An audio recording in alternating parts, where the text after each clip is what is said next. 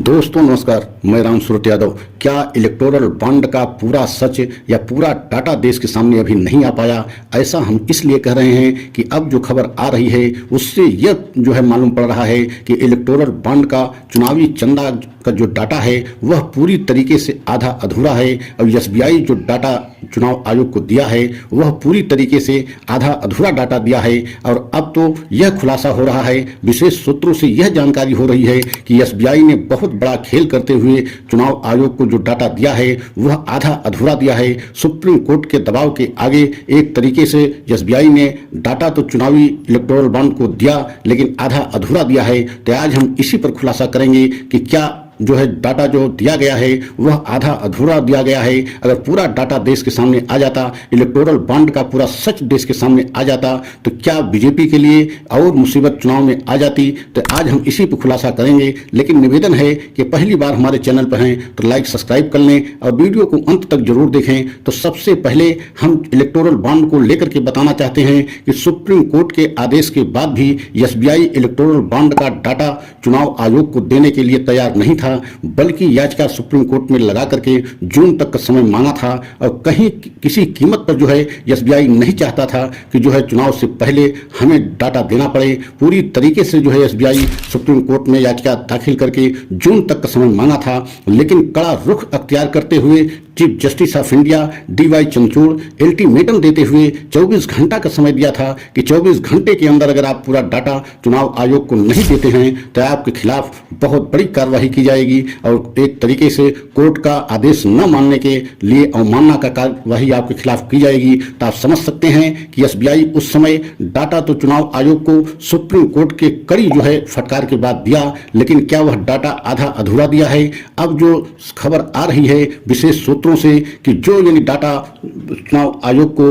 दिया गया है एसबीआई के द्वारा वह आधा अधूरा दिया गया है और यही कारण है कि पूरा सच पूरे देश के सामने नहीं आ पाया है। और आप समझ सकते हैं कि जब से इलेक्टोरल बॉन्ड का डाटा पूरे देश के सामने आया है, पूरा सच देश के सामने आया है, तभी से बीजेपी एकदम बैकफुट पर चली गई है और प्रधानमंत्री मोदी की छवि पर इसका बहुत असर पड़ रहा है। बीजेपी के लिए बहुत बड़ी मुश्किल हो गई है क्योंकि चुनाव से पहले बीजेपी बिल्कुल नहीं चाह रही थी कि जो है इलेक्टोरल बॉन्ड का सच पूरे देश के सामने आए, लेकिन ये शुक्र है सुप्रीम कोर्ट का और पूरा देश सलाम कर रहा है डीवाई चंद्रचूड़ साहब का कि उन्होंने कड़ा रुख अख्तियार करते हुए पूरे देश के सामने वह सच को ला दिया जिसके वजह से पूरे देश में इस समय इलेक्टोरल बॉन्ड को लेकर के बीजेपी घिर गई है। और बीजेपी ही नहीं, एक तरीके से एसबीआई भी इसमें बहुत बड़ा खेल किया और एसबीआई को लेकर के अब जो खबरें आ रही हैं वह यह आ रही है कि अधूरा डाटा इलेक्टोरल बॉन्ड का दिया गया, अभी पूरा डाटा नहीं दिया गया। तो अब इस तरीके से अगर किया गया होगा एसबीआई के द्वारा, अगर ये कदम उठाया गया है और इस तरीके का जो है इलेक्टोरल बॉन्ड में खेल खेला गया है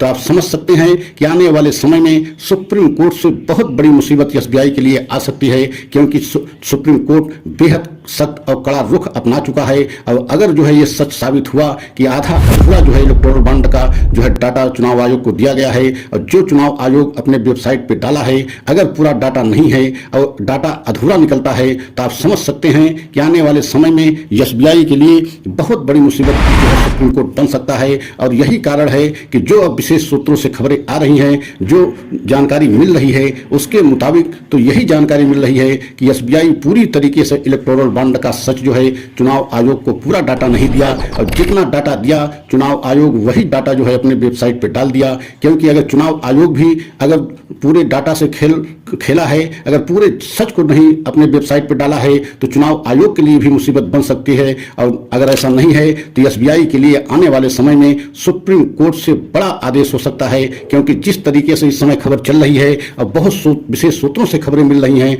कि इलेक्टोरल बॉन्ड का पूरा सच जो है एसबीआई ने चुनाव आयोग को नहीं दिया। और अगर ये मामला सुप्रीम कोर्ट में पहुंचेगा और निश्चित पहुंचेगा, क्योंकि आप जानते हैं कि कितना कड़ा रुख अख्तियार करने के बाद जो है एसबीआई ने पूरा इलेक्टोरल बॉन्ड का डाटा चुनाव आयोग को दिया था। तो आने वाले समय में अगर सुप्रीम कोर्ट में मामला पहुंचा और ये साबित हुआ कि पूरा इलेक्टोरल बॉन्ड का पूरा डाटा एसबीआई के द्वारा नहीं दिया गया तो आप समझ सकते हैं कि एसबीआई बहुत बड़ी मुसीबत में फंस सकता है और चीफ जस्टिस ऑफ इंडिया बहुत बड़ा जो है कड़ा कदम उठा सकते हैं, क्योंकि DY चंद्रचूड़ इस समय बेहद जो है कड़ा रुख अख्तियार किया है, खासकर सरकारी एजेंसियों को लेकर के। वह चाहे ED हो, चाहे CBI हो, चाहे SBI हो, चाहे RBI हो, कोई भी सरकारी संस्था हो, उनके खिलाफ इस समय सुप्रीम कोर्ट बहुत कड़ा रुख अख्तियार किया है। और खासकर चुनाव को देखते हुए, चुनाव एकदम जो है नजदीक आ गया है, 19 अप्रैल से पहले चरण का चुनाव शुरू भी हो जाएगा। ऐसे में अगर यह सच साबित हुआ कि जो इलेक्टोरल बॉन्ड का पूरा डाटा जो है SBI ने चुनाव आयोग को नहीं दिया है, तो आप समझ सकते हैं कि आने वाले समय में SBI के लिए सुप्रीम कोर्ट से बहुत बड़ा जो है आदेश आ सकता है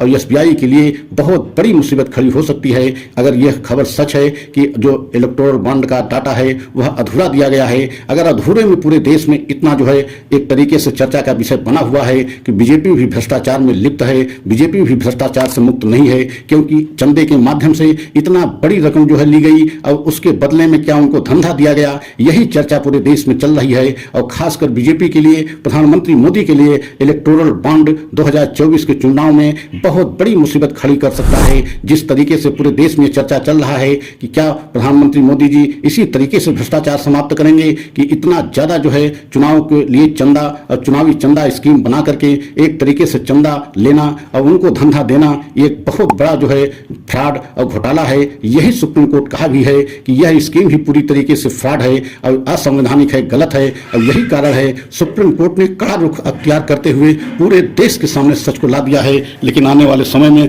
अब बीजेपी को मुश्किल होगी। तो हमारा सच अगर आपको अच्छा लगा हो तो लाइक सब्सक्राइब करें। अगला वीडियो पुनः हम लेकर के आएंगे। जय हिंद, जय